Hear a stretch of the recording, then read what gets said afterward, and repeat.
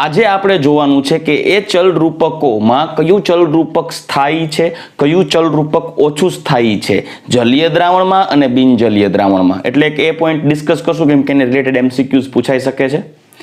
ત્યાર પછી double bond equivalent અથવા તો ડિગ્રી ઓફ અનસેચ્યુરેશન એટલે શું અને કઈ રીતે કેલ્ક્યુલેટ કરવું તેની ચર્ચા કરશું.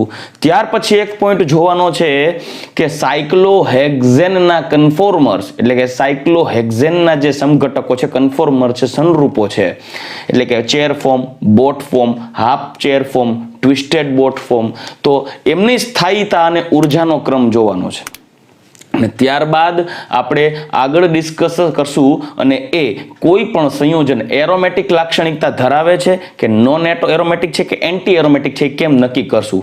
એટલા પોઈન્ટ્સ જોયા બાદ લાસ્ટમાં આપણે એક ખાસ મુદ્દો જોશું અને છે ઓપ્ટિકલ એક્ટિવિટી, પ્રકાશ ક્રિયાશીલતા, ડીએલ નામકરણ, આરએસ નામકરણ, એનાન્શિયોમર એટલે શું, ડાયાસ્ટીરિયોમર એટલે શું, મેસોમર એટલે શું, આ બધા પોઈન્ટ્સને ડિસ્કસ કરશું. ત્યારે આપણે GOC up to the mark પૂર્ણ કરશું. પછી એસિડિટી અને બેઝિસિટીનો કોન્સેપ્ટ જે બાકી રહેશે, ખાસ સાંભળજો, પછી એસિડિટી અને બેઝિસિટીનો જે કોન્સેપ્ટ બાકી રહેશે એ આપણે 12th ના જ્યારે alcohol, phenol, ether, carboxylic acid compounds, amine સંયોજનો ભણશું ત્યારે આપણે એસિડિકતા અને બેઝિકતાના કોન્સેપ્ટ ક્લિયર કરશું. ત્યાં સુધી આપણે એને પેન્ડિંગ રાખશું. રાઈટ? તો ચાલો દીકરા, હવે આપણે શરૂઆત કરીએ અહીંયાથી. ચલરૂપકોની સ્થાયીતા. કોઈ પણ ચલ રૂપક તમારે દોરવાનો થાય, ટોટોમર્સ દોરવાનો થાય. લાસ્ટ લેક્ચરમાં આપણે ટોટોમરિઝમ જોઈ ગયા, કોણ ટોટોમરિઝમ દર્શાવે છે, કોણ નહીં દર્શાવે, એક્ઝામ્પલ્સ જોઈ ગયા, કઈ રીતે તમારે ચલ રૂપક ડ્રો કરવા. હવે તમને ઘણીવાર એવું થાય કે આપેલ એક સંયોજન છે એસિટાઇલ એસિટોન, અને કહેવાય એસિટાઇલ એસિટોન, કેમ કે આ સમૂહ થયો CH3CO એસિટાઇલ, અને જે વિસ્થાપન પામેલ છે એસિટોનમાં CH3CO CH3 હોત તો એસિટોન થાત, પણ અહીંયાથી એક H રિલીઝ થઈ ગયું, એસિટાઇલ સમૂહ ઘૂસી ગયો તો એસિટાઇલ એસિટોન તરીકે ઓળખવામાં આવે છે. ઓકે, તો આ છે એસિટાઇલ એસિટોન. ઓકે, હવે આ એસિટાઇલ એસિટોન નો ચલ રૂપક શોધવો છે. તમને પહેલા કીધું ચલ રૂપક કોણ બતાવે, જેમાં કાર્બોનિલ કાર્બનની બાજુમાં આલ્ફા કાર્બન ઉપર હાઇડ્રોજન હશે, તે હાઇડ્રોજનનું સ્થાનાંતરણ થશે. સંસ્પંદન અને ચલ રૂપકમાં ફરક એટલો છે કે સંસ્પંદનમાં પાઈ બંધ અને લોન પેર, કે પાઈ બંધ અને પાઈ બંધ, કે પાઈ બંધ અને પોઝિટિવ ચાર્જ કોન્જ્યુગેશનમાં હોય અને માત્ર પાઈ ઇલેક્ટ્રોનનું ટ્રાન્સફોર્મેશન થાય. તેમાં પરમાણુના સ્થાનની કોઈ ફેરબદલી ન થાય સંસ્પંદનમાં. જ્યારે ચલ રૂપક એના જેવી જ ઘટના લાગે, પણ ચલ રૂપકમાં પરમાણુનું સ્થાન ફેર થાય, હાઇડ્રોજનની પોઝિશન બદલી જાય, અને હાઇડ્રોજનની પોઝિશન બદલી જાય, પરમાણુનું સ્થાન ફેર થઈ જાય, તો એને સંસ્પંદન ન કહેવાય, તેને કહી દીધું છે ચલ રૂપક. રેડી? તો ચાલો હવે ચલ રૂપકતા દર્શાવશે આલ્ફા હાઇડ્રોજન. તો જો આલ્ફા કાર્બન ઉપર જે હાઇડ્રોજન છે, આ પણ આલ્ફા કાર્બન ઉપર હાઇડ્રોજન, આલ્ફા કાર્બન ઉપર હાઇડ્રોજન. તો તમારી પાસે ચલ રૂપકો મળવાની બે પોસિબિલિટીઝ છે. એક, જો આ આલ્ફા કાર્બનનો હાઇડ્રોજન બંધમાં ભાગ લેશે તો આ હાઇડ્રોજન છે એ ઓક્સિજન સાથે જોડાશે, પાઈ બોન્ડ નીચે આવશે, તો આવું કંઈક બંધારણ થશે. CH2 આલ્ફા કાર્બન પરનો એક હાઇડ્રોજન રિલીઝ થઈ જશે, CH2 અહીંયા બની જશે ડબલ બોન્ડ, પછી અહીંયા C, અહીંયા થઈ જશે OH single bond, CH2 C double bond O CH3. ચલો, એક આ થાય. અને બીજું પોસિબલ ઇનોલ, આ ઇનોલ સ્વરૂપ થયું, આ કીટો સ્વરૂપ છે. બીજું આ પણ આલ્ફા કાર્બન છે, તો એનો હાઇડ્રોજન જો ભાગ લેશે તો આવું થઈ જશે CH3. આ હાઇડ્રોજન છે એ અહીંયા શિફ્ટ થઈ જશે અથવા તો અહીંયા શિફ્ટ થઈ જશે કોઈ પણ એક જગ્યાએ, અને ડબલ બોન્ડ છે નીચે આવશે, તો CH3 સિંગલ બોન્ડ C, અહીંયા OH double bond C single bond C double bond O CH3. ચલો, રેડી? હવે પ્રશ્ન થાય કે સર, આપણી પાસે તો બે પ્રકારના ઇનોલ સ્વરૂપ છે, એક ઇનોલ સ્વરૂપ આ અને બીજો ઇનોલ સ્વરૂપ આ. મતલબ કે એસિટાઇલ એસિટોનના બે ઇનોલ સ્વરૂપ શક્ય થયા. એ પૈકી કયો ઇનોલ સ્વરૂપ સૌથી વધુ સ્થાયી? તો યાદ રાખજો, આ વધુ સ્થાયી થશે, વધુ પ્રમાણમાં સ્થાયી. જ્યારે આ ઓછો સ્થાયી, ઓછો મળે ઇનોલ સ્વરૂપ, આ બેમાં આ વધુ સ્થાયી થશે. વાત એવી છે, સર મને કેમ ખબર પડી કે આ બેમાં આ વધારે ઇનોલ સ્વરૂપ વધારે પ્રમાણમાં મળે, આ ઓછા પ્રમાણમાં મળશે? મતલબ જ્યારે આનું કીટો સ્વરૂપનું ઇનોલાઇઝેશન થશે ને ઇનોલાઇઝેશન કહેવાય, આ કીટો સ્વરૂપનું ઇનોલ સ્વરૂપમાં રૂપાંતરણ થશે ત્યારે આમાંથી આ ઇનોલ બનવાને બદલે આ કીટો સ્વરૂપમાંથી આ ઇનોલ વધુ પ્રમાણમાં રૂપાંતરણ પામે, એટલે આ વધુ રૂપાંતરણ પામે.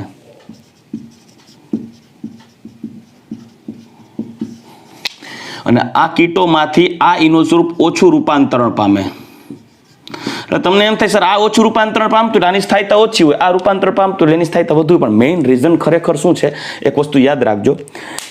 કાર્બોનિલ કાર્બનની બાજુનો જે કાર્બન હોય ને, એટલે કે જેને આપણે આલ્ફા કાર્બન કહીએ, તેનો હાઇડ્રોજન એસિડિક પ્રોટોન હોય. યાદ કરો, હાઇપર કોન્જ્યુગેટ તરીકે વર્તે અને ખૂબ જ એક્ટિવ હોય. રેડી? એટલે કાર્બોનિલ કાર્બનનો જે બાજુનો કાર્બન હોય, એટલે કે આલ્ફા કાર્બનનો હાઇડ્રોજન કાર્બોનિલ દ્વારા જેમાં વધુ અસરકારક હોય ને, ટોટોમરિઝમમાં એ હાઇડ્રોજન વધારે ભાગ લેશે. હવે જુઓ, આ કાર્બનનો આ જે હાઇડ્રોજન છે, જે આલ્ફા હાઇડ્રોજન કહેવાય, જે કીટો ઇનોલમાં ભાગ લેવાનો છે, આ હાઇડ્રોજન માત્ર એક જ કાર્બોનિલ દ્વારા અસરકારકતા પામેલ છે. જ્યારે આ કાર્બનનો હાઇડ્રોજન છે એ પણ કીટો ઇનોલમાં ભાગ લઈ શકે, આને બદલે આ પણ તમે લઈ શકો, પણ આ આલ્ફા હાઇડ્રોજન છે આ એક જ કાર્બોનિલ દ્વારા અસર પામે છે. જ્યારે આ વચ્ચેનો આલ્ફા હાઇડ્રોજન જોવો, જે બે બાજુથી કાર્બોનિલ કાર્બન તરફ અસર પામે છે, એટલે આ હાઇડ્રોજન સરળતાથી તૂટી જાય, સરળતાથી CH બંધ નિર્બળ થઈ જાય, કેમ કે બે બાજુથી આ કાર્બોનિલ sp2 હાઇબ્રિડ છે, જે sp3 હાઇબ્રિડ પાસેથી એક ઇલેક્ટ્રોન આકર્ષતો હોય, આ કાર્બોનિલ પણ sp2 હાઇબ્રિડ હોય, એટલે sp3 હાઇબ્રિડ પાસેથી ઇલેક્ટ્રોન ખેંચતો હોય. પરિણામે આ કાર્બન પાસેથી બે બાજુથી ઇલેક્ટ્રોન ખેંચાતા હોવાને કારણે આ આલ્ફા હાઇડ્રોજન વધુ સક્રિય બને. આથી એ બાબતને ખાસ ધ્યાન રાખજો, જે આલ્ફા હાઇડ્રોજન વધુ પ્રમાણમાં કાર્બોનિલ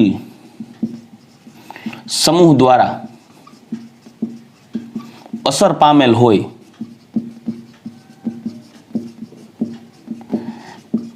તે સ્વરૂપ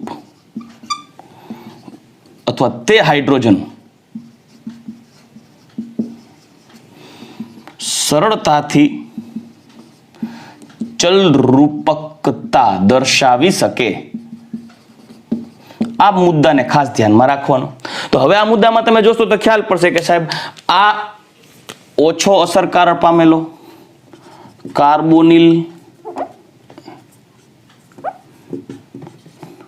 કાર્બોનિલની ઓછી અસરકારકતા, અહીંયા કાર્બોનિલની ઓછી અસર હોય.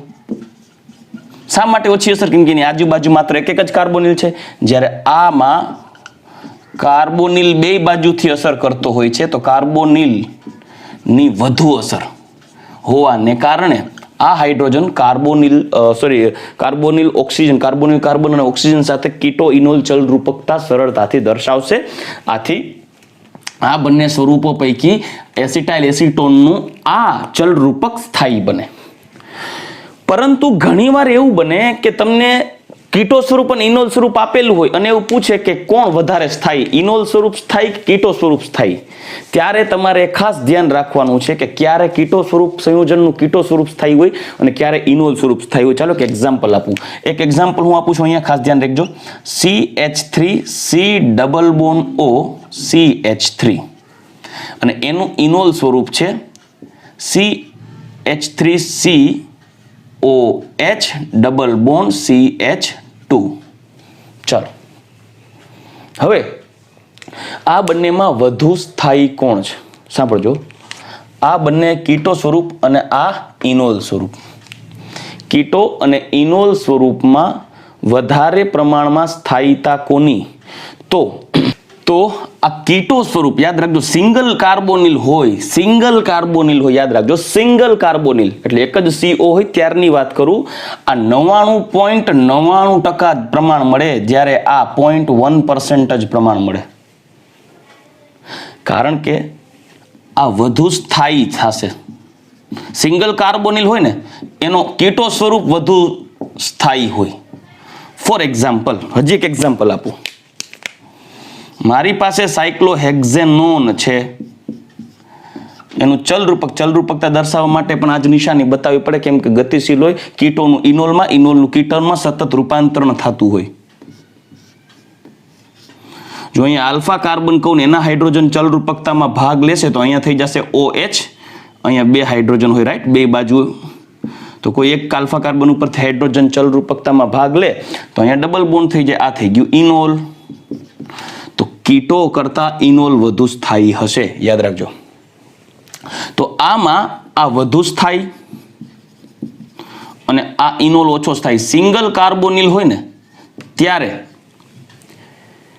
કીટો સ્વરૂપ વધુ સ્થાયી હોય, ઇનોલ સ્વરૂપ ઓછો સ્થાયી હોય, સિંગલ કાર્બોનિલ હોય ત્યારે. પરંતુ એમાં પણ એક અપવાદ આવે છે, એટલે અલગ પેનથી લખું, ધ્યાન રાખજો.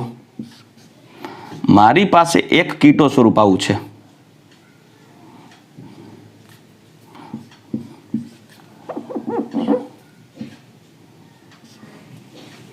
આવું એક કીટો સ્વરૂપ છે. હવે આ આલ્ફા કાર્બન ઉપર એક હાઇડ્રોજન હોય જે sp3 સંકૃત છે. આથી આ પાઈ બોન્ડ અહીંયા શિફ્ટ થઈ જશે અને મને એક ઇનોલ સ્વરૂપ મળશે. આ છે કીટો અને આ છે ઇનોલ. જોજો ખાસ, અહીંયા ડબલ બોન્ડ છે, અહીંયા છે. આ પાઈ બોન્ડ અહીંયા ડિશિફ્ટ થઈ ગયો, હાઇડ્રોજન છે એ ઉપર જતો રહેશે એટલે અહીંયા થઈ જશે OH. આ થઈ ગયો ફિનોલ, ઇનોલ સ્વરૂપ. આ કીટો અને ઇનોલમાં અપવાદ સ્વરૂપે આ ફિનોલ વધુ સ્થાયી છે, ઇનોલ સ્વરૂપ છે જે ફિનોલ તરીકે ઓળખાય, વધુ સ્થાયી છે, અને આ ઓછો સ્થાયી છે. આ એક જ અપવાદ રૂપે એવો તમને કેસ જોવા મળ્યો કે જે કીટો સ્વરૂપ કરતા ઇનોલ સ્વરૂપ ઓછું સ્થાયી હોય, સિંગલ કીટો હોય ત્યારે, પરંતુ આ ઇનોલ સિંગલ કીટો હોવા છતાં આ ઇનોલ વધુ સ્થાયીનું મુખ્ય કારણ છે આ એરોમેટિક લાક્ષણિકતા ધરાવે છે, એરોમેટિક લક્ષણ ધરાવે છે. અને જ્યારે કોઈ પણ સંયોજનમાં એરોમેટિક લાક્ષણિકતા આવે, સંસ્પંદને જોવા મળશે અને પાછું એરોમેટિક લાક્ષણિકતા આવે ત્યારે તેની સ્થાયીતા સૌથી વધી જાય. હજી માનો કે આના જ વાત કરીએ, મતલબ કે ડાય કાર્બોનિલ હોય, 2 કાર્બોનિલ હોય ત્યારે ખાસ ધ્યાન રાખવાનું છે. CH3 C double bond O CH2 C double bond O CH3 અને એનું ઇનોલ સ્વરૂપ CH3 single bond COH double bond CH single bond C double bond O CH3. હવે જો જલીય દ્રાવણની વાત કરીએ, જલીય દ્રાવણ, આ કીટો સ્વરૂપ અને આ ઇનોલ સ્વરૂપ. જલીય દ્રાવણની વાત કરવામાં આવે ને ત્યારે સ્થાયીતા, સાંભળજો ખાસ, સ્થાયીતા કીટો સ્વરૂપની વધુ હોય. ક્યારે? આ ડાયઓનમાં, એસિટાઇલ એસિટોનમાં. જ્યારે ઇનોલ સ્વરૂપની ઓછી થઈ જાય, ઓછી સ્થાયીતા. કારણ શું ભાઈ? તો કે જલીય દ્રાવણમાં આ કીટો સ્વરૂપ પાણીના અણુ સાથે હાઇડ્રોજન બંધ બનાવે, એટલે જલીય દ્રાવણમાં હાઇડ્રોજન બંધ બનાવે, like CH3 single bond C double bond O CH2 C double bond O CH3. હવે પાણીના અણુ સાથે હાઇડ્રોજન બંધ બનાવી લેતા હોય, HOH HOH હાઇડ્રોજન બંધ બનાવે. પરંતુ જ્યારે બિનજલીય દ્રાવણ હોય,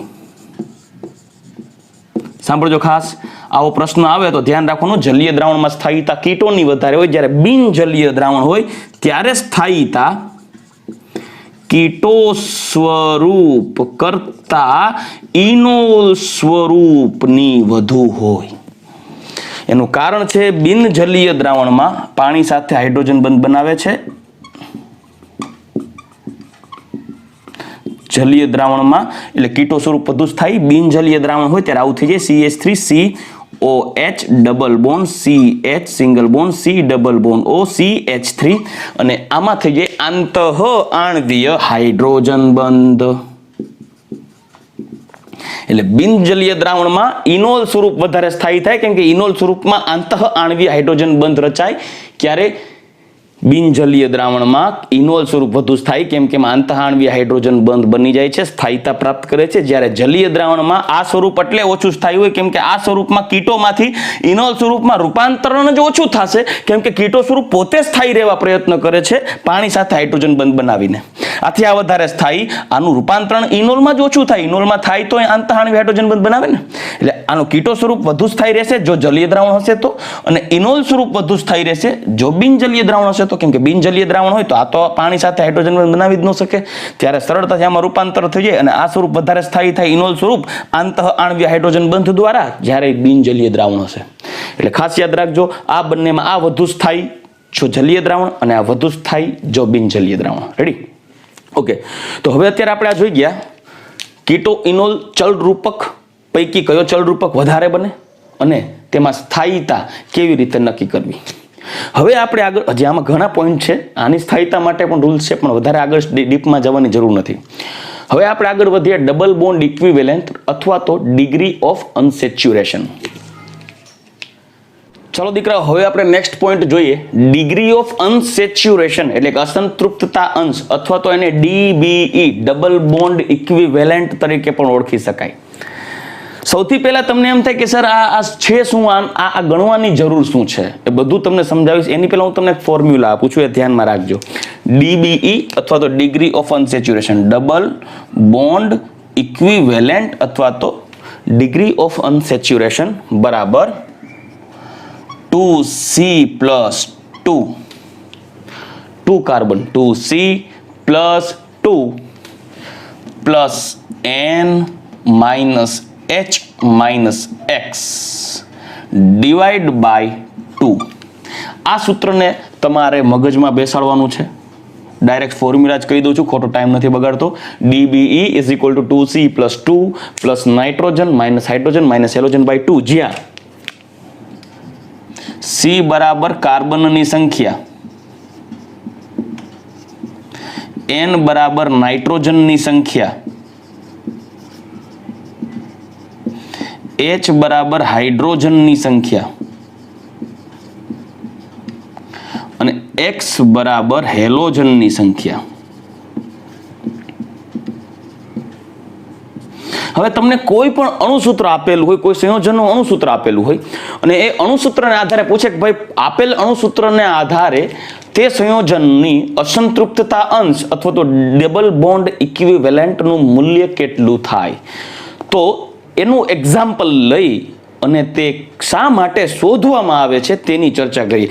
દાખલા તરીકે હું તમને એમ કહી દઉં કે ચાલો મારી પાસે એક સંયોજન છે C4H8 માટે DBE નું મૂલ્ય કેટલું, તો C4H8 માટે DBE નું મૂલ્ય 2 ઇન્ટુ નંબર ઓફ કાર્બન કેટલા છે 4 પ્લસ 2 પ્લસ નાઇટ્રોજનની સંખ્યા આમાં છે જ નહીં 0 માઇનસ હાઇડ્રોજનની સંખ્યા છે 8 માઇનસ હેલોજનની સંખ્યા 0 ડિવાઈડ બાય 2, 4 દુ 8 ને 2, 10 માઇનસ 8, 2/2 બરાબર 1. તો મતલબ કે આના DBE નું મૂલ્ય થશે 1. તમને એમ થશે DB શું બતાવે, ડિગ્રી ઓફ અનસેચ્યુરેશન અથવા તો DBE એ એવું બતાવે છે કે આના એક પાઈ બંધ ધરાવતા, એટલે કે ડિગ્રી ઓફ અનસેચ્યુરેશનમાં એક પાઈ બંધ ધરાવતો એક સમઘટક અથવા તો એક ચક્રીય સમઘટક બને. મતલબ કે આ ડિગ્રી ઓફ અનસેચ્યુરેશન અથવા તો ડબલ બોન્ડ ઇક્વિવેલેન્ટ ને આધારે આપણે જાણી શકીએ કે એના પાઈ બંધ ધરાવતા સમઘટકો અને ચક્રીય સમઘટકોની સંખ્યા કેટલી બને. ફોર એક્ઝામ્પલ, આ DBE નું મૂલ્ય 1 આવ્યું, મતલબ કે આનો એક ચક્રીય સમઘટક બને, એક ચક્રીય સમઘટક બને અને એ પણ આલ્કેન, ચક્રીય આલ્કેન બને, અને બીજું એક દ્વિબંધ ધરાવતો સમઘટક બને. બેના એક બને. એક્ઝામ્પલ આપું, એક C4H8 એટલે CH2 single bond CH2 single bond CH2 single bond CH2, અથવા ચક્રીય અને દ્વિબંધ ધરાવતો અચક્રીય સમઘટક બને like CH3 single bond CH2 single bond CH double bond CH2, એક આ બને. હા, પછી આના તમે સ્થાન સમઘટક ને ભૌમિતિક સમઘટકો દોરો એ અલગ મેટર છે, પણ તમને એક અચક્રીય અને એક ચક્રીય ઘટક બને. ડિગ્રી ઓફ અનસેચ્યુરેશન 1 છે એટલે એક ચક્રીય બને, એક ડબલ બોન્ડ વાળો અચક્રીય બને. ક્લિયર? ઓકે, હજી એક એક્ઝામ્પલ લઈએ. માનો કે આપણી પાસે કેવું સંયોજન છે, લાઈક આવું લઈએ 4H6 આનો ડિગ્રી ઓફ અનસેચ્યુરેશન કેટલું અથવા તો DBE કેટલું? તો DBE બરાબર 2 into number of carbon 4 plus number of hydrogen 0 minus number of nitrogen 0 minus number of hydrogen 6 અને minus number of halogen 0 divide by 2. Okay, અહીંયા +2 હજી કરવાનું બાકી છે, +0. 4 દુ 8 ને 10 -6 એટલે 4 ભાગ્યા 2 એટલે આન્સર આવશે 2. તો આના DBE નું મૂલ્ય થશે 2. તો શું બતાવે છે કે તમારી પાસે 2 પાઈ બોન્ડ હશે તો એમાં કયા કયા સમઘટકો બને? એક સમઘટક 2 જુદા જુદા પાઈ બોન્ડ. જુદા જુદા પાઈ બોન્ડ એટલે કે 2 દ્વિબંધ વાળો સમઘટક બને. 2 પાઈ બોન્ડ હોય આની અંદર. પછી એક ચક્રીય એક દ્વિબંધ વાળો સમઘટક બને, કેમ કે એમના અણુસૂત્ર સમાન થશે. અને એક ત્રિબંધ વાળો સમઘટક બને. મતલબ કે આની અંદર પાઈ બોન્ડની સંખ્યા 2 છે. હવે પાઈ બોન્ડ ટ્રિપલ બોન્ડ ફોર્મમાં હોય અથવા તો 2 જુદા જુદા પાઈ બોન્ડ સ્વરૂપે 2 અલગ હોય, અથવા જો ચક્રીય હોય ને તો ચક્રમાં જેટલા પાઈ બોન્ડ અહીં આવે એના કરતા એક પાઈ બોન્ડ ઓછો આવે, કેમ કે એક ચક્રમાં ગણાય છે અનસેચ્યુરેશન. તો જુઓ આનો અણુ સમઘટક આવો બની શકે. એક CH2 double bond CH single bond CH double bond CH2 એટલે પેલું આવી ગયું.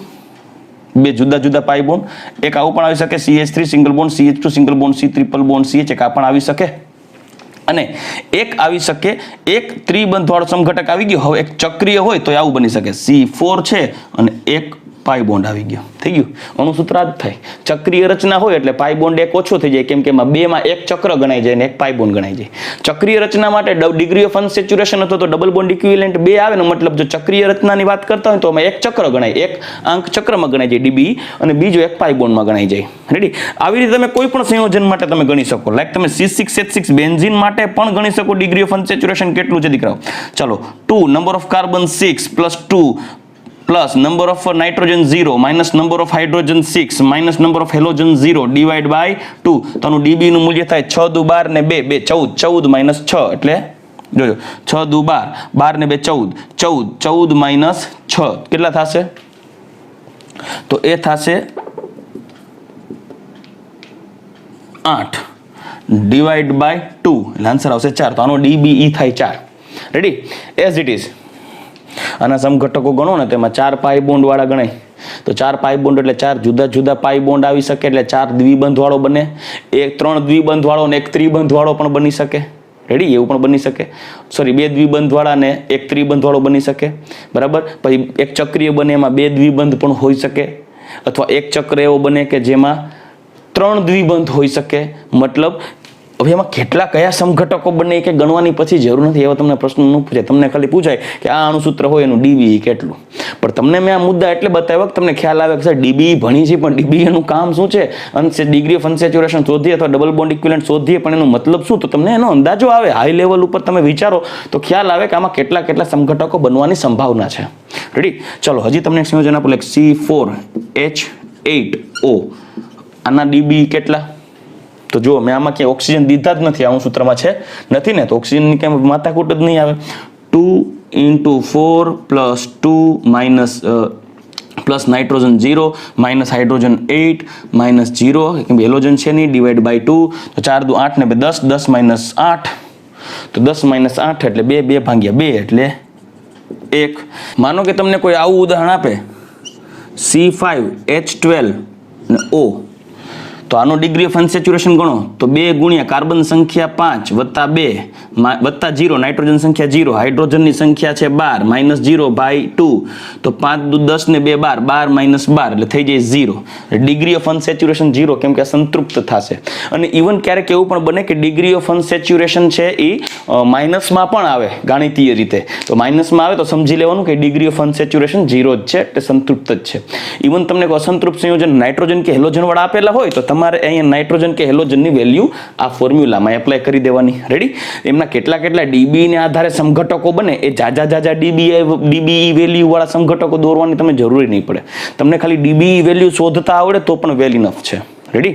તો ચાલો દીકરાઓ, હવે આ ડિગ્રી ઓફ અનસેચ્યુરેશન કે ડબલ બોન્ડ ઇક્વિવેલન્ટ પણ પૂર્ણ કરી ગયા. હવે આપણે એક નેક્સ્ટ મુદ્દો લઈએ, સાયક્લોહેક્ઝેનના કન્ફોર્મર્સ કયા છે અને એની સ્થાયીતાનો ક્રમ કયો છે. ચાલો દીકરાઓ, હવે આપણે સાયક્લોહેક્ઝેનના કન્ફોર્મર્સની વાત કરીએ એટલે સંરૂપો મતલબ કે એના અવકાશીય સમઘટકો ડ્રો કરીએ. જેની અંદર સાયક્લોહેક્ઝેનનું અણુસૂત્ર આપણે કંઈક આવું લખી શકાય, C6H12. નોર્મલી આપણે સાયક્લોહેક્ઝેનને કંઈક આવી રીતે ડ્રો કરી શકીએ, CH2 CH2 CH2 CH2 CH2. વાસ્તવિકતામાં આ તો 2 ડાયમેન્શનલ પ્લાનર સ્ટ્રક્ચર બતાવવું છે. 3 ડાયમેન્શનલી જોવો ત્યારે એના જુદા જુદા 4 સ્વરૂપ જોવા મળે. એ 4 સ્વરૂપ 1 બાય 1 ડ્રો કરીએ. સૌથી પહેલા તો એક જસ્ટ પ્લાનર સ્ટ્રક્ચર ડ્રો કરું. પ્લાનર સાયક્લોહેક્ઝેનનું એક પ્લાનર સ્ટ્રક્ચર. હું એક કામ કરું, આ રીતે ન દોરતા હું એને આડું દોરું છું. પ્લાનર સ્ટ્રક્ચર એટલે કે સમતલીય. બીજું જો ત્રિપરિમાણમાં વિચારો તો ત્રિપરિમાણમાં આ જે CH2 છે એ CH2 ઉપરની સાઈડ હોય અને આ CH2 નીચેની સાઈડ હોય. એટલે તમે જો વિચારો તો એ કંઈક આવું થશે કે એક પ્લાન આમ હોય તો એમાં એક CH2 આ સાઈડ હોય તો બીજો CH2 આમ નીચેની સાઈડ હોય. મતલબ કે એનું કન્ફોર્મર થયું. એ કન્ફોર્મર કંઈક ચેર ફોર્મમાં આવું થશે. સાયક્લોહેક્ઝેન જ થશે પણ 3 ડાયમેન્શનલી વિચારો તો આ સ્વરૂપ છે એ પણ સાયક્લોહેક્ઝેન જ છે અને આ થાય ચેર ફોર્મ. આ સાયક્લોહેક્ઝેન જ છે, ચેર સ્વરૂપ. હજી એક કન્ફોર્મર થાય એનો અને એ આવું થશે.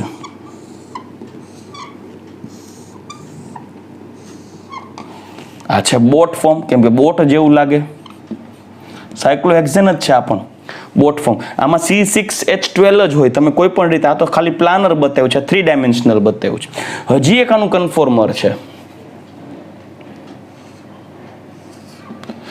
આ જે બોટ છે આ બોટને આમ ટ્વિસ્ટ કરી નાખો, બોટને ટ્વિસ્ટ કરી નાખો, વાળી નાખો એટલે એ બોટનું કંઈક સ્વરૂપ આવું થઈ જશે.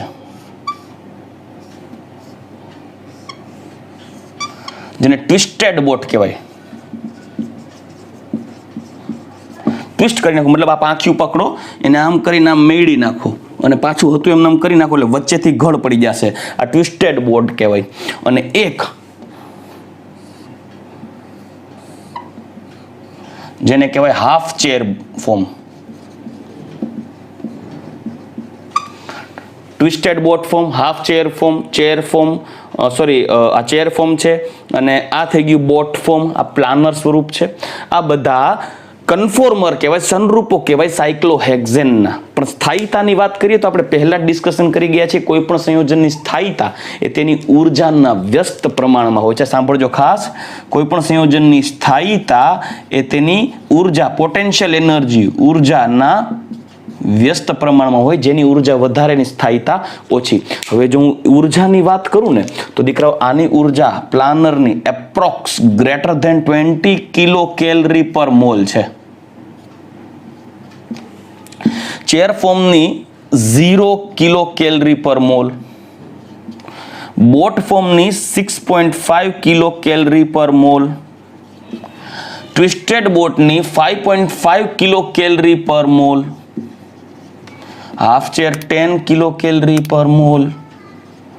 તો આ એનર્જીની સિક્વન્સ આપેલી હોય તો જેમ ઉર્જા ઓછી તેમ સંયોજનની સ્થાયીતા વધારે. તો ઉર્જાનો ક્રમ લખું ને, ઉર્જાનો ક્રમ તો સૌથી વધુ ઉર્જા આવે સમતલીય સાયક્લોહેક્ઝેન. એના પછી આવશે હાફ ચેર ફોર્મ, એના પછી આવશે હાફ ચેર, પછી કોણ આવશે? બોટ ફોર્મ, બોટ સ્વરૂપ એટલે હુડકા ટાઈપ હોડી જેને કહેવાય બોટ. ત્યાર પછી આવશે સમતલીયમાં ટ્વિસ્ટેડ બોટ, અને લાસ્ટમાં આવશે ચેર ફોર્મ. તો આ થઈ ગઈ ઉર્જાનો ક્રમ. તો સ્થાયીતાના ક્રમની વાત કરીએ ને તો સ્થાયીતા જેમ ઉર્જા ઓછી એમ સ્થાયીતા વધારે, એટલે સૌથી વધારે સ્થાયી આવે ચેર ફોર્મ, એના કરતા ઓછી સ્થાયીતા આવશે ટ્વિસ્ટેડ બોટ, ત્યાર પછી આવશે બોટ ફોર્મ, ત્યાર પછી half chair. Actually half chair સૌથી વધારે અસ્થાયી હોય. આ તો પ્લાનર સ્ટ્રક્ચર જસ્ટ રજૂ કરેલું છે, બાકી પ્લાનર સ્ટ્રક્ચર તો હોય નહીં, 3 ડાયમેન્શનલ જ હોય. એટલે સૌથી ઓછું સ્થાયી થાય half chair form. Planar structure ઓપ્શનમાં ન હોય, 4 ઓપ્શનમાં આપેલા ઓલમોસ્ટ. પણ હા, તમને જસ્ટ પ્લાનર લખે કે પ્લાનર ફોર્મ હોય તો, જો હોય ને તો સૌથી ઓછું સ્થાયી હોય. બરાબર, આ ઉર્જાને આધારે વિચારેલું છે. અને આ ઉર્જાઓ એકબીજા ઉપર લાગુ પડતા સ્ટેરિક હિન્ડન્સ, અવકાશીય અવરોધ, એને ટોર્સિયોનલ સ્ટ્રેન તરીકે પણ ઓળખી શકાય. બરાબર, આ અવકાશીય અવરોધને આધારે સ્થાયીતા ઓછી હોય. જેમ અવકાશીય અવરોધ વધારે હોય તેમ સ્થાયીતા ઓછી હોય. દીકરાઓ, આ જે બોટ ફોર્મ છે ને એમાં અવકાશીય અવરોધ વધારે હોય, ચેર ફોર્મમાં અવકાશીય અવરોધ ઓછો હોય. રેડી? તો જો ચેર ફોર્મ સૌથી વધુ સ્થાયી છે, પછી બોટ ફોર્મ ની સ્થાયીતા ક્રમશઃ ઓછી, હાફ ચેરમાં સાવ ઓછી સ્થાયીતા, કેમ કે પ્લાનરને થોડુંક મળતું આવે છે. અને સૌથી ઓછું સ્થાયી કોણ છે? પ્લાનર. રેડી? ચાલો હવે દીકરા આપણે નેક્સ્ટ પોઈન્ટ ઉપર આગળ વધીએ, અને એ છે કોઈ પણ સંયોજનો તમને આપેલા હોય તો તમારે જજમેન્ટ કેમ લેવું કે એ એરોમેટિક છે કે નોન એરોમેટિક છે કે એન્ટી એરોમેટિક છે. ચાલો દીકરા હવે આપણે નેક્સ્ટ પોઈન્ટ ડિસ્કસ કરીએ, અને એ છે એરોમેટિક, એન્ટી એરોમેટિક અને નોન એરોમેટિક સંયોજનો. ઘણી વખત એમસીક્યુ પૂછાય કે આપેલ 4 ઓપ્શન્સમાં કયું સંયોજન છે એ એન્ટી એરોમેટિક છે, કયું નોન એરોમેટિક છે, કયું એરોમેટિક છે. બહુ સરળતાથી સમજી શકો છો. હું તમને મેં લખી દીધું છે, સમય ન બગડે એટલે, પણ સરળતાથી તમને સમજાવી દઉં, એને તમારે ફોલો કરવાનું છે. મેથડને ફોલો કરશો તો પકડાઈ જશે કે કયું સંયોજન એરોમેટિક છે, કયું નોન એરોમેટિક છે, કયું એન્ટી એરોમેટિક છે.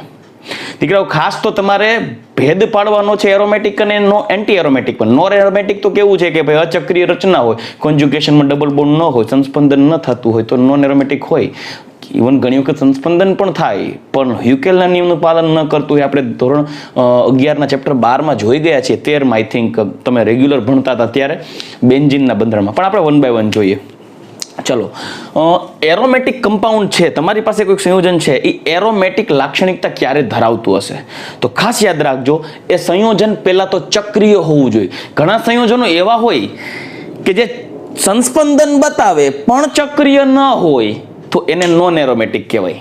સાંભળજો, સંસ્પંદન બતાવે પણ ચક્રીય નથી તો એ નોન એરોમેટિકમાં આવે. એટલે યાદ રાખજો. બરાબર, એટલે ખાસ ચક્રીય અને સમતલીય રચના, પ્લાનર સ્ટ્રક્ચર હોવું જોઈએ. આ પહેલો મુદ્દો એ સંયોજનમાં. બીજું, ચક્રના પ્રત્યેક કાર્બન પરમાણુ sp2 હાઇબ્રિડાઇઝ્ડ હોવા જોઈએ. ચક્રના પ્રત્યેક, એવું જરૂર નથી કે ચક્રમાં કાર્બન જ હોય. હિટ્રોસાયક્લિક કમ્પાઉન્ડ ન હોય, હિટ્રોસાયક્લિક કમ્પાઉન્ડ હોય તેમાં વિષમ પરમાણુ કાર્બન સિવાયનો હોય પણ શકે, પણ જેટલા કાર્બન હોય એ બધા sp2 હાઇબ્રિડ હોવા જોઈએ, તો જ તે એરોમેટિક લાક્ષણિકતા ધરાવે છે. આ બધા પોઈન્ટ્સને માઇન્ડમાં રાખજો. અને બીજી વસ્તુ, ચક્રમાં કોન્જ્યુગેટેડ સિસ્ટમ હોવી જોઈએ. આ કોન્જ્યુગેટેડ સિસ્ટમમાં પાઈ સિગ્મા પાઈ વચ્ચે કોન્જ્યુગેશન હોય, પાઈ સિગ્મા ધનભાર વચ્ચે કોન્જ્યુગેશન હોય, પાઈ સિગ્મા ને લોન પેર વચ્ચે, બંધકારક ઇલેક્ટ્રોન યુગ્મ વચ્ચે પણ કોન્જ્યુગેટેડ સિસ્ટમ હોય. અને પાઈ સિગ્મા અને નેગેટિવ ચાર્જ આપણે કોન્જ્યુગેશનમાં, એટલે પાઈ અને લોન પેર, પાઈ અને નેગેટિવ ચાર્જ, પાઈ અને પોઝિટિવ ચાર્જ, પાઈ અને પાઈ બોન્ડ કોન્જ્યુગેશનમાં હોવા જોઈએ સાયકલમાં, તો જ એરોમેટિક લાક્ષણિકતા બતાવે. ઇન શોર્ટ, એરોમેટિક કમ્પાઉન્ડ્સ ચક્રીય જ હશે. કોઈ એવા સંયોજન છે જે ચક્રીય નથી પણ સંસ્પંદન બતાવે તો નોન એરોમેટિકમાં ઘૂસી જાય. સમજાવીશ જ્યારે લઈશ ત્યારે. બરાબર, ઓકે. કોઈ પણ સંયોજનની સ્થાયીતાની વાત આવે, તમે કાર્બોકેટાયનની સ્થાયીતા, કેમ કે એમાં કોન્જ્યુગેશન આવે, ચક્રીય કાર્બોકેટાયન્સ અવેલેબલ હોય. બરાબર, તો એ ચક્રીય કાર્બોકેટાયનમાં કોન્જ્યુગેશન સિસ્ટમ આવે, ચક્રીય કાર્બો એનાયનમાં પણ કોન્જ્યુગેશન સિસ્ટમ આવે. તો કોન્જ્યુગેશન સિસ્ટમ હોય, ચક્રીય રચના ધરાવતા હોય, સમતલીય બંધારણો એ બધા કાર્બન sp2 હાઇબ્રિડાઇઝ્ડ હોય, તો એમાં પણ સ્થાયીતા માટે એરોમેટિક લાક્ષણિકતા જવાબદાર છે.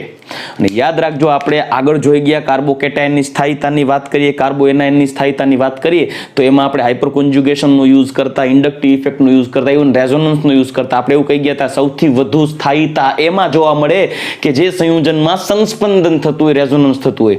ત્યાર પછી પ્રાયોરિટી આપવાની હાઇપર કોન્જ્યુગેશનને, ત્યાર પછી આપવાની ઇન્ડક્ટિવ ઇફેક્ટને, સૌથી ઠાઠે રહેશે ઇલેક્ટ્રોમેરિક ઇફેક્ટ. આપણે જોઈ ગયા છીએ, મેં ઘણા બધા એક્ઝામ્પલ્સ તમને કરાવ્યા છે લેક્ચરની અંદર. આઈ હોપ કે તમે આ બધા આગળના લેક્ચર જોઈ ગયા છો. નહીં જોયા હોય તો પરિણામ ભોગવજો, બરાબર. પણ ન જોયા હોય તો પ્લીઝ તમે જોઈ લેજો, કેમ કે તમને એના એમસીક્યુઝ સ્ટેબિલિટી ઓર્ડરના ઘણીવાર પૂછાય છે.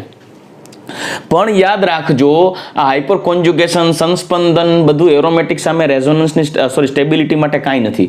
કેમ કે સૌથી સંયોજન કાર્બોકેટાયન હોય તો ભલે, કાર્બો એનાયન હોય તો ભલે, સૌથી વધુ સ્થાયીતા એની હશે કે જેમાં એરોમેટિક લાક્ષણિકતા વધુ હશે. એટલે એરોમેટિક લાક્ષણિકતા હશે. ઇન શોર્ટ, સ્ટેબિલિટી માટે એક પોઈન્ટ ઘૂસી ગયો કે જો સંયોજન એરોમેટિક હશે ને તો સૌથી વધુ સ્થાયી, ત્યાર પછી રેઝોનન્સને પ્રાયોરિટી આપવામાં આવે, ત્યાર પછી હાઇપર કોન્જ્યુગેશનને આધારે નપાય, ત્યાર પછી ઇન્ડક્ટિવ ઇફેક્ટને, ત્યાર પછી ઇલેક્ટ્રોમેરિક ઇફેક્ટને આધારે સ્ટેબિલિટી ડિસાઇડ થાય. પણ સૌથી વધુ સ્થાયી એ ઘટક હશે કે જેમાં એરોમેટિક પ્રોપર્ટી હશે. ત્યાર પછી એ ઘટક સ્થાયીતા ધરાવતું હોય કે જેમાં સંસ્પંદન હોય. ત્યાર પછી એ ઘટક સ્થાયીતા ધરાવતું હોય કે જેમાં સંસ્પંદન પણ ન હોય તો કાંઈ નહીં, હાઇપર કોન્જ્યુગેશન હોય. એના કરતાં પણ ઓછી સ્થાયીતા એની હોય કે જેમાં માત્ર ઇલેક્ટ્રોમેરિક ઇફેક્ટ હોય, અને સૌથી ઓછું સ્થાયી હોય કે જેમાં ઇન્ડક્ટિવ ઇફેક્ટ હોય. રેડી? ચાલો, તો એક સ્ટેબિલિટી ઓર્ડર થયો. પણ કોઈ પણ સંયોજન તમને સ્ટ્રક્ચર આપે અને સ્ટ્રક્ચર જોઈને તમે તરત કઈ રીતે પકડી પાડો કે સર આ સંયોજન છે એ એરોમેટિક છે કે નોન એરોમેટિક છે કે એન્ટી એરોમેટિક છે, મને સ્ટ્રક્ચર જોઈને ખબર પડવા દો. આ બધી વસ્તુ મને યાદ નથી રહેતી. ઓકે, ગુડ, જોઈ લઈએ. તમારે ડી બાય હ્યુકેલના નિયમનું પાલન કરવાનું છે. જો એ બંધારણ ડી બાય હ્યુકેલના નિયમનું પાલન કરે તો એ બંધારણ એરોમેટિક લાક્ષણિકતા ધરાવે છે એવું કહેવાય. ડી બાય હ્યુકેલના મતાનુસાર જે સંયોજનમાં, જે ઘટકમાં ચક્રીય રચનામાં 4n+2 જેટલા પાઈ ઇલેક્ટ્રોન હોય, સાંભળજો, શું 4n+2 જેટલા પાઈ ઇલેક્ટ્રોન હોય તો તે સંયોજન એરોમેટિક લાક્ષણિકતા ધરાવે છે. જ્યાં n 0, 1, 2, 3, 4 જેટલા તમે જઈ શકો ત્યાં સુધી. પણ n 0 લે તો એક કામ કરો, n 0 લઈને જોઈએ. તો n 0 હોય, n 0 હોય તો પાઈ ઇલેક્ટ્રોનની સંખ્યા કેટલી થાય? ડાયરેક્ટ લખું છું 0, તો 4 × 0, 0 + 2 એટલે અહીંયા થાય 2 પાઈ ઇલેક્ટ્રોન. n 1 હોય તો અહીંયા 1 મૂકો, 4 × 4 ને 2 6 પાઈ ઇલેક્ટ્રોન. n 2 હોય તો 2 × 4 ને 2 4 × 8 ને 2 10 પાઈ ઇલેક્ટ્રોન. n 3 હોય તો 4 × 12 ને 2 14 પાઈ ઇલેક્ટ્રોન. n 4 હોય તો ચોકે 16 ને 2 18 પાઈ ઇલેક્ટ્રોન. n 5 હોય તો 5 ચોક 20 ને 2 22 પાઈ ઇલેક્ટ્રોન. ઇન શોર્ટ, તમે જોઈ શકો કોઈ પણ બંધારણની અંદર 4 ના ગેવે 2 પાઈ ઇલેક્ટ્રોન, 6 પાઈ ઇલેક્ટ્રોન, 10 પાઈ ઇલેક્ટ્રોન, 14 પાઈ ઇલેક્ટ્રોન, 18 પાઈ ઇલેક્ટ્રોન કે 22 પાઈ ઇલેક્ટ્રોન હોય ને કોઈ બંધારણમાં, તો એ એરોમેટિક લાક્ષણિકતા ધરાવે એવું કહેવાય. એટલે તમારે કોઈ પણ સ્ટ્રક્ચર જોવાનું અને એમાં પાઈ ઇલેક્ટ્રોનની સંખ્યા ગણી લેવાની. આ પાઈ ઇલેક્ટ્રોનની સંખ્યા, એક તો પાઈ બંધના 2 ઇલેક્ટ્રોન ગણવાના, અથવા તો એની ઉપર લોન પેર હોય, અબંધકારક ઇલેક્ટ્રોન યુગ્મ હોય, એને પણ એક અબંધકારક ઇલેક્ટ્રોન, 2 અબંધકારક ઇલેક્ટ્રોન યુગ્મ હોય ને, કોઈ પણ એક સ્પીસીઝ ઉપર 2 અબંધકારક ઇલેક્ટ્રોન યુગ્મ હોય ને, એમાં પૈકીનો એકને અબંધકારક ઇલેક્ટ્રોન યુગ્મને પાઈ ઇલેક્ટ્રોન યુગ્મ ગણી લેવાનું. એક્ઝામ્પલ આપીશ હમણાં. નેગેટિવ ચાર્જ હોય તો નેગેટિવ ચાર્જના ઇલેક્ટ્રોન યુગ્મને પણ પાઈ ઇલેક્ટ્રોન તરીકે કન્સિડર કરી શકો, કેમ કે એ કોન્જ્યુગેશન હોઈ શકે. જો પાઈ ઇલેક્ટ્રોન પાઈ ને લોન પેર, તો આ પણ રેઝોનન્સ માટે જવાબદાર, એરોમેટિક લાક્ષણિકતા માટે જવાબદાર છે, અને લોન પેર આનો નેગેટિવ ચાર્જનો પણ એરોમેટિક લાક્ષણિકતા માટે જવાબદાર છે. એટલે એક્ઝામ્પલ લઈએ, ચાલો. દાખલા તરીકે આપણી પાસે એક બેન્ઝીન છે, તો શું આ બેન્ઝીન એરોમેટિક છે ભાઈ? જોઈ લઈએ. તો પહેલી વસ્તુ, આમાં કોન્જ્યુગેશનમાં ડબલ બોન્ડ છે, ચક્રીય રચના છે, બધા કાર્બન sp2 છે, પણ આમાં પાઈ ઇલેક્ટ્રોન કેટલા એ ગણવા પડશે. ચાલો ગણી લઈએ. એક તો પાઈ બોન્ડ આ છે, તો એના 2 પાઈ ઇલેક્ટ્રોન, આ 2 આ કોઈ નેગેટિવ પોઝિટિવ ચાર્જ નથી, તો પાઈ ઇલેક્ટ્રોનની સંખ્યા કેટલી છે? 6.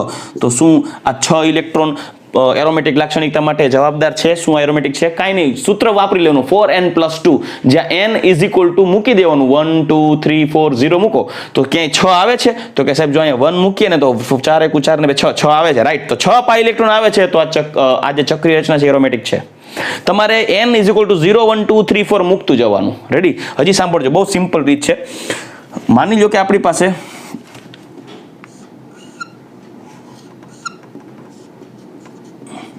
પાયરોલ છે, નાઇટ્રોજનનું પ્રબંધકારક ઇલેક્ટ્રોન યુગ્મ છે. તો શું આ એરોમેટિક છે, નોન એરોમેટિક છે કે એન્ટી એરોમેટિક છે? કેમ ખબર પડે? ગણી લ્યો ને યાર, ગણો. પાઈ ઇલેક્ટ્રોન ગણો. ઓકે, તો તમારે શું કરવાનું છે? જુઓ, પાઈ ઇલેક્ટ્રોન ગણીએ. 2 પાઈ ઇલેક્ટ્રોન આ થાય કોન્જ્યુગેશનમાં. હવે જો ડબલ બોન્ડનો પાઈ ઇલેક્ટ્રોન, પછી આ સિગ્મા બોન્ડ, અને આ થઈ ગયો લોન પેર. એટલે આ કોન્જ્યુગેશન પાઈ સિગ્મા લોન, સોરી આ રહ્યું પાઈ સિગ્મા લોન પેર છે. અહીંયા આપણે જો pi bond sigma bond lone pair છે. Pi bond sigma bond lone pair. તો આ 2 પાઈ ઇલેક્ટ્રોન, આ 2 પાઈ ઇલેક્ટ્રોન, અને આ 2 પાઈ ઇલેક્ટ્રોન, ટોટલ 6 પાઈ ઇલેક્ટ્રોન છે. તો 6 પાઈ ઇલેક્ટ્રોન હોય તો શું એરોમેટિક હોય? યસ, આ રહ્યું 6 પાઈ ઇલેક્ટ્રોન છે, એરોમેટિક હોઈ શકે. તમારે શું કરવાનું? એરોમેટિક છે કે નહીં એના માટે સૂત્રને ફોલો કરવાનું. 1 બાય 1 0 1 2 3 મૂકી અને ગણતરી કરતા જવાની. પહેલા પાઈ ઇલેક્ટ્રોન ગણી લેવાના, પછી એ પાઈ ઇલેક્ટ્રોન અહીંયા આવે છે, હા આવે છે, તો એ એરોમેટિક છે. હજી એક એક્ઝામ્પલ લઈએ, ચાલો.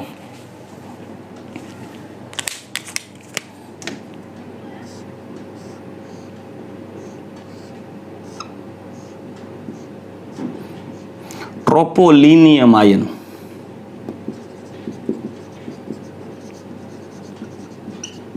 તો શું આ ટ્રોપોલિનિયમ આયન એરોમેટિક છે?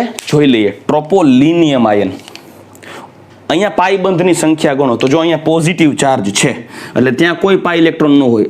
અહીંયા પાઈ ઇલેક્ટ્રોન હોઈ શકે, અહીંયા પાઈ ઇલેક્ટ્રોન છે, અહીંયા પાઈ ઇલેક્ટ્રોન છે. કોન્જ્યુગેશનમાં છે, જો double bond single bond positive charge, double bond single bond positive charge કોન્જ્યુગેશનમાં છે. આવી રહ્યું even double single double, double single double કોન્જ્યુગેશનમાં છે, પાઈ સિગ્મા પાઈ. તો એરોમેટિક લાક્ષણિકતા માટે જવાબદાર ખરા, પણ પાઈ ઇલેક્ટ્રોન તો ગણી કેટલા ઇલેક્ટ્રોન છે? 6 પાઈ ઇલેક્ટ્રોન છે. 6 પાઈ ઇલેક્ટ્રોન આને ફોલો કરે છે. હા આઈડિયા 6 પાઈ ઇલેક્ટ્રોન છે. જો છે n બરાબર 0 1 2 3 4 મૂકતું જવાનું. ચક્ર બક્રની સંખ્યા જોવાની નહીં, જે હોય તે. પણ ટૂંકમાં તમારે પકડવું છે એરોમેટિક છે કે નહીં, તો તમારે આ મેથડને ફોલો કરવાનું, ઇઝીલી પકડી લેશો. હજી એક એક્ઝામ્પલ આપું, ચાલો. મારી પાસે એક આવું સંયોજન છે, અહીંયા પોઝિટિવ ચાર્જ છે. શું આ એરોમેટિક ખરું? જોઈ લઈએ. પોઝિટિવ ચાર્જ અને ડબલ બોન્ડ આ બંને કોન્જ્યુગેશનમાં છે. જો પાઈ સિગ્મા પોઝિટિવ ચાર્જ કોન્જ્યુગેશનમાં છે. આવી રહ્યું છે. પાઈ ઇલેક્ટ્રોનની સંખ્યા ગણો. આ 2 પાઈ ઇલેક્ટ્રોનની સંખ્યા છે. તો હવે 2 પાઈ ઇલેક્ટ્રોન છે, તો શું એ એરોમેટિક કહેવાય? હા, n ઇઝ ઇક્વલ ટુ 0 મૂકો, આમાં કિંમત આવે છે 2 પાઈ, મતલબ એરોમેટિક છે. યસ. તો આવી રીતે તમે જુદા જુદા સંયોજનો એરોમેટિક છે કે શું ખબર પડી જાય.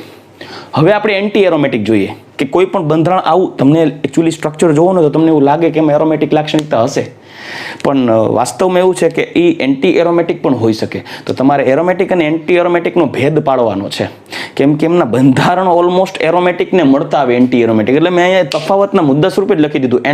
એન્ટી એરોમેટિક કમ્પાઉન્ડ ક્યારે કહેવાય? તો કે ભાઈ ચક્રીય રચના હોય, સમતલીય રચના હોય, કોન્જ્યુગેટેડ સિસ્ટમ, એટલે આ બધી વસ્તુ અવેલેબલ હોય. જોજો, આ બધી વસ્તુ હોય, પણ એમાં ઇલેક્ટ્રોનની સંખ્યા હ્યુકેલના નિયમ અનુસાર 4n + 2 પાઈ ઇલેક્ટ્રોન નહીં, જસ્ટ 4n પાઈ ઇલેક્ટ્રોન હોવા જોઈએ. 4n, not 4n + 2, 4n electron, જ્યાં n બરાબર 1 2 3 4 ના કે 0. કેમ ભાઈ 0 નહીં? જો 0 મૂકીએ, જો n બરાબર 0 થઈ જાય તો પાઈ ઇલેક્ટ્રોન 0 થઈ જાય. તો પાઈ ઇલેક્ટ્રોન 0 થઈ જાય તો એ એરોમેટિક નોન એરોમેટિકની વાત જ ન આવે. બરાબર? એટલે n ઇઝ ઇક્વલ ટુ 1 2 3 4 તરફ જઈએ. જો n ઇઝ ઇક્વલ ટુ 1 લઈ લઈએ તો પાઈ ઇલેક્ટ્રોનની સંખ્યા 4 એકુ 4 પાઈ ઇલેક્ટ્રોન. આમાં જો કે 4 પાઈ ઇલેક્ટ્રોન નહીં આવ્યો હોય. જો 2 6 10 14 18 22 4 પાઈ ઇલેક્ટ્રોન આવ્યા જ નથી. તમે ગમે ત્યાં જાઓ, એરોમેટિક લાક્ષણિકતા ધરાવતું હશે ને તેમાં 4 પાઈ ઇલેક્ટ્રોન નહીં હોય. ઓકે, હજી n ઇઝ ઇક્વલ ટુ 2 લઈ લઈએ તો 4 દુ 8 pi electron. n is equal to 3 લઈએ, 4 તેરી 12 પાઈ ઇલેક્ટ્રોન. આમાં પણ 4 4 નો ગેપ જુઓ. n ઇઝ ઇક્વલ ટુ 4 લઈએ તો ચોકે ચોકે 16 પાઈ ઇલેક્ટ્રોન. આટલા ઇલેક્ટ્રોન હોય તો આ એન્ટી એરોમેટિક કહેવાય.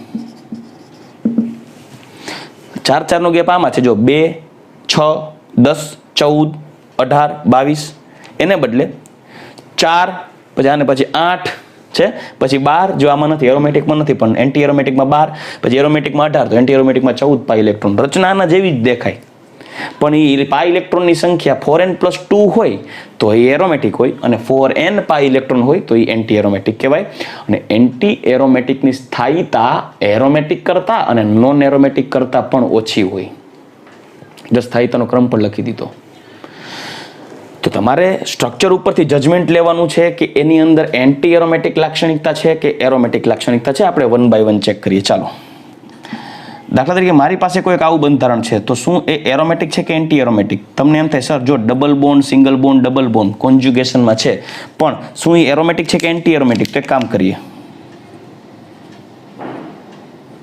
પાઈ ઇલેક્ટ્રોનની સંખ્યા કેટલી છે ટોટલ? 4.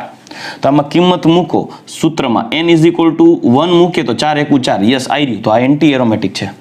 હજી એક એક્ઝામ્પલ લઉં. નેગેટિવ ચાર્જ, આમાં પાઈ ઇલેક્ટ્રોનની સંખ્યા ગણો તો નેગેટિવ ચાર્જ હોય ને તો એના 2 લોન પેર હોય. એટલે કે આ જો પાઈ, સિગ્મા, પાઈ કોન્જ્યુગેશનમાં છે, કોન્જ્યુગેશનમાં હોય એન્ટી એરોમેટિક. આના 2 ઇલેક્ટ્રોન છે, પાઈ ઇલેક્ટ્રોન કહેવાય, અને આ 2 પાઈ ઇલેક્ટ્રોન કહેવાય. ટોટલ પાઈ ઇલેક્ટ્રોનની સંખ્યા થઈ ગઈ 4. તો આ પણ એક પ્રકારનો એન્ટી એરોમેટિક સ્પીસીઝ જ કહેવાય, એન્ટી એરોમેટિક. હજી એક એક્ઝામ્પલ લઈએ. ચાલો,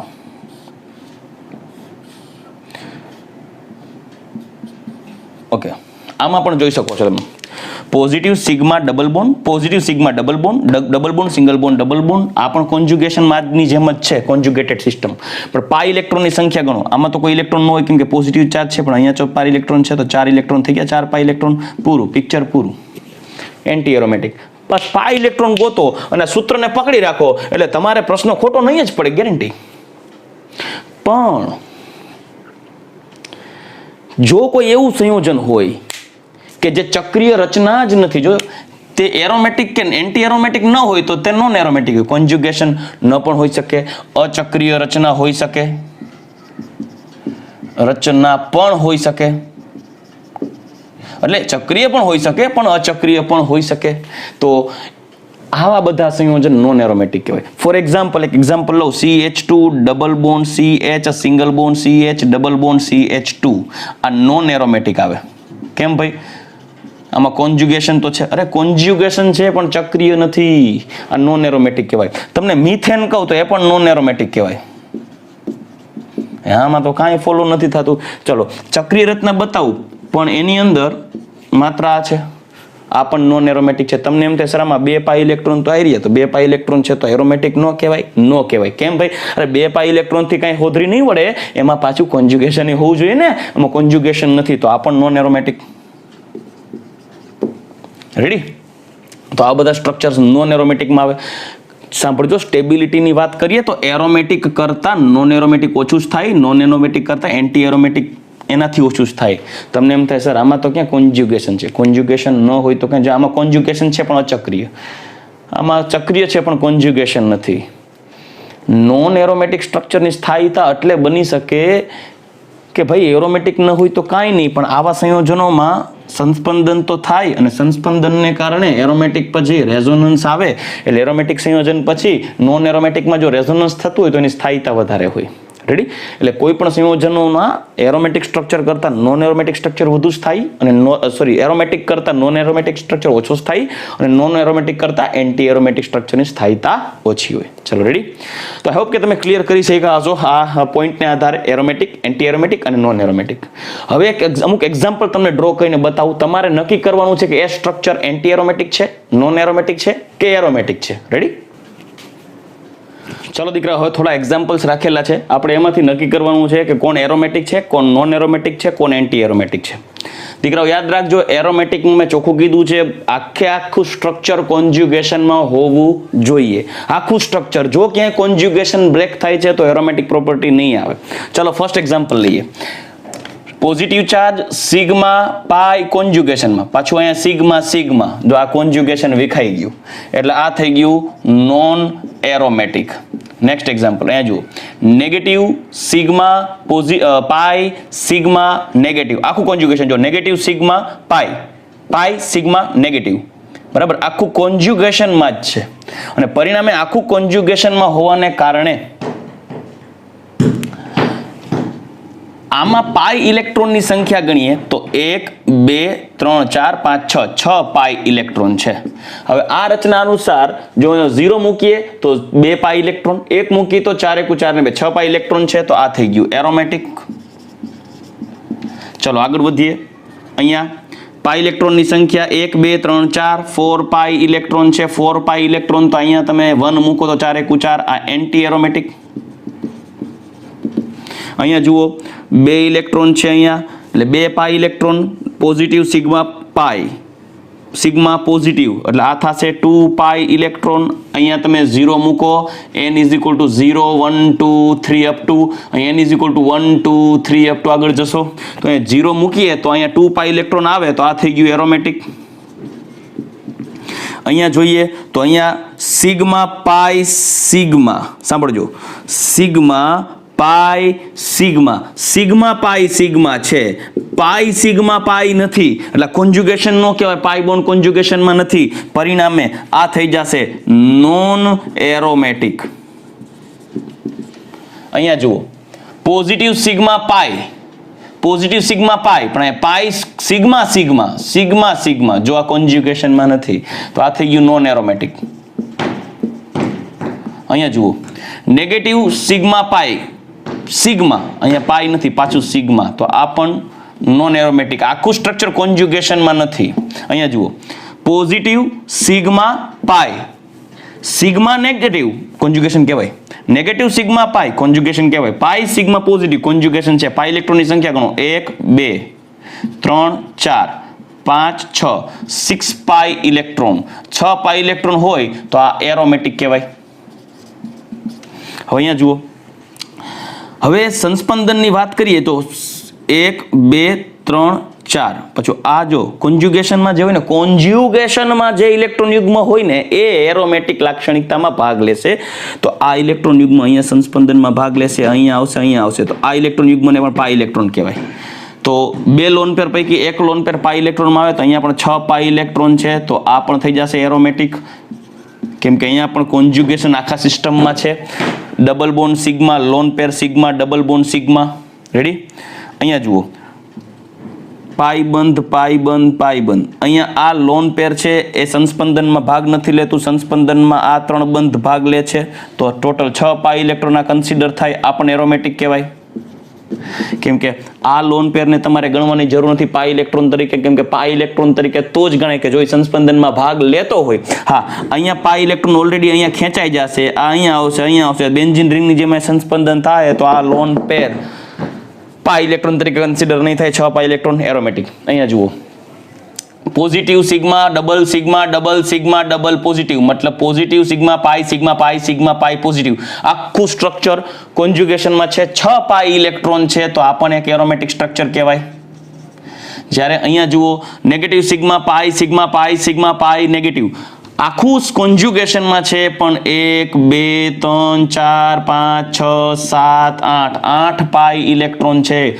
8 પાઈ ઇલેક્ટ્રોન અનુસાર જો અહીંયા તમે 2 મૂકો 2 n = 2 તો 4 દુ 8 પાઈ ઇલેક્ટ્રોન થાય તો આ થાય એન્ટી એરોમેટિક તો દીકરાઓ કોઈ પણ આવા ક્વેશ્ચન્સ તમે રેફરન્સ બુક્સમાં જોશો સ્ટાન્ડર્ડ રેફરન્સ બુક્સની અંદર તો નોન એરોમેટિક એન્ટી એરોમેટિક અને એરોમેટિક કમ્પાઉન્ડ વિશે તમને જો આપેલું હોય તો દીકરાઓ આ મેથડને ફોલો કરી અને તમારે આગળ વધવાનું છે રાઈટ આઈ હોપ કે તમે આજના લેક્ચરની અંદર આ બધા કોન્સેપ્ટ ક્લિયર કરી ગયા aromatic anti aromatic non aromatic double bond equivalent અથવા તો ડિગ્રી ઓફ અનસેચ્યુરેશન પણ આપણે જોઈ ગયા કન્ફોર્મર્સ વિશે પણ ડિસ્કશન કરી ગયા સાયક્લોહેક્ઝેનના અને કીટોઇનોલ ચલરૂપકોની સ્થાયીતા અંગે પણ ડિસ્કસ કરી ગયા આટલું વેલ ઇનફ છે નીટ એક્ઝામ માટે પણ અને જેડબલઈ માટે પણ ઇનફ છે જો જેડબલઈની એક્ઝામની તૈયારી કોઈ કરતું હોય તો હવે દીકરા આપણે નેક્સ્ટ લેક્ચરમાં જીઓસી ઉપરથી સ્ટાન્ડર્ડ 12th નું ચેપ્ટર નંબર 10 જે હેલો આલ્કેન અને હેલોએરીનની અંદર આપણે એનસીઈઆરટી માં એક્ચ્યુઅલી ડિટેલમાં કોન્સેપ્ટ નથી આપ્યા સ્ટીરિયો કેમિસ્ટ્રીના બેઝ ઉપર ઓપ્ટિકલ એક્ટિવિટી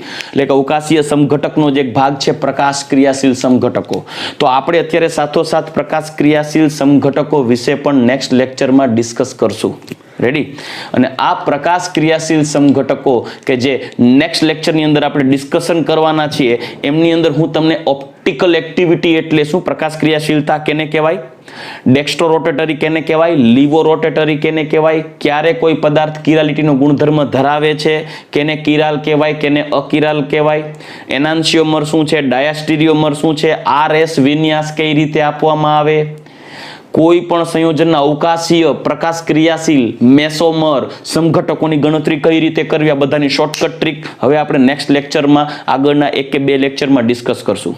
એટલે નેક્સ્ટ લેક્ચરથી હું જ્યારે ભણાવીશ ત્યારે ઓપ્ટિકલ એક્ટિવિટી સ્લોલી ચાલશે, પણ જો તમારા માઇન્ડમાં કોન્સેપ્ટ ક્લિયર હોય તો તમે ફાસ્ટ ફોરવર્ડ કરી અને લેક્ચર આગળ વધારી શકો છો.